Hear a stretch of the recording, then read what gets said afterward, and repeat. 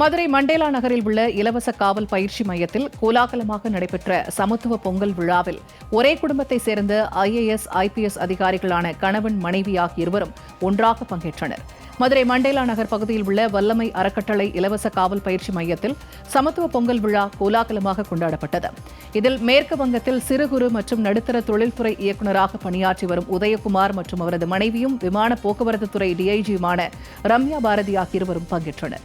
அப்போது அவர்கள் ஏழை எளிய மாணவ மாணவிகளுடன் பொங்கல் வைத்து கொண்டாடி மகிழ்ந்தனர்.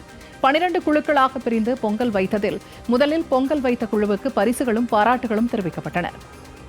அந்த PC எக்ஸாம்ல நம்மள தங்கி படித்த மாணவர்கள் வந்து பாஸ் ஆயிருக்கிறது வந்து பாத்தீங்கன்னா 163 மாணவர்கள் வந்து பாஸ் ஆயிருக்கிறாங்க. 163 மாணவர்கள் பாஸ் ஆயிருக்கிறாங்க. அவங்களுக்கு வந்து இப்போ வந்து பிசிக்கலுக்கான ட்ரைனிங் எல்லாமே வந்து கொடுத்துட்டு இருக்கோம். எங்களோட பிசிக்கல் கோச் வந்து சந்துரு சார் வந்து அவர் வந்து மதுரையில் வந்து நிறைய மாணவர்களுக்கு வந்துட்டு இந்த மாதிரி கஷ்டப்படுற மாணவர்களுக்கு ஃப்ரீயாகவே வந்து பண்ணி கொடுத்துட்டு இருந்தாரு. நாங்கள் வந்து கேட்கும் போச்சுல கண்டிப்பாக வந்து பண்ணி தரோம் அப்படின்னு சொல்லிட்டு பிசிக்கலும் வந்து இது வந்து பண்ணி கொடுத்துட்டு இருக்கிறாங்க.